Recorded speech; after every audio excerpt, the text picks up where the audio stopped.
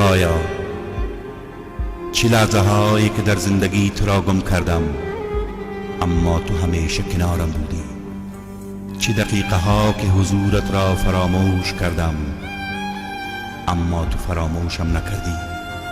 چه ساعت هایی که غرق در شادی و غرور، تو را که پشت همه کامیابی هایم بودی از یاد بردم، اما تو همیشه به یادم بودی. چه روزهایی که در خود فرو می رفتم و در غصه هایی که فکر می کردم تو برای تلافی کارهای بدم فرستادی، دست و پا زدم، اما تو همیشه کاری کردی که به صلاح من بود. خدایا، وقتی خسته از همه جا و همه کس ناامیدانه به تو پناه آوردم، تو پناهم دادی. وقتی از آدمهای دور و برم دلم گرفت و دنیا غمهایش را برایم ارزانی کرد، تو به قلبم آرامش دادی.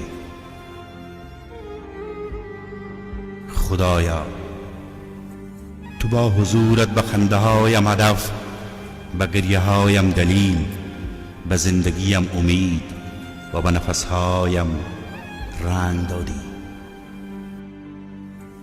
وقتی قلبم تپید، تو همه عظمت و بزرگیت را در قلب کوچک و خسته‌ام جا دادی. وقتی دوستانم درد دلشان را برایم گفتند و من خالصانه رو به درگاهت برایشان دعا کردم، فهمیدم که غم و غصه های دیگران بارش سنگین‌تر از غصه های خودم است. آن وقت در وجودم شیرینی به یاد دیگران بودن را چشیدم و وقتی برایم بخشیدی و از من گرفتی، فهمیدم این معادله زندگی است، نه غصه خوردن برای نداشته هایش، نه شاد بودن برای داشته ها.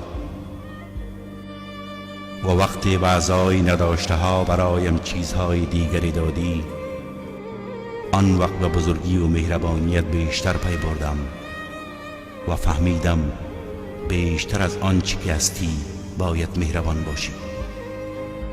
ای خدای من، خیلی دوستت دارم و به خاطر امن نعماتت سپاس گزارم، به خاطر دادنهایت، ندادنهایت، گرفتنهایت،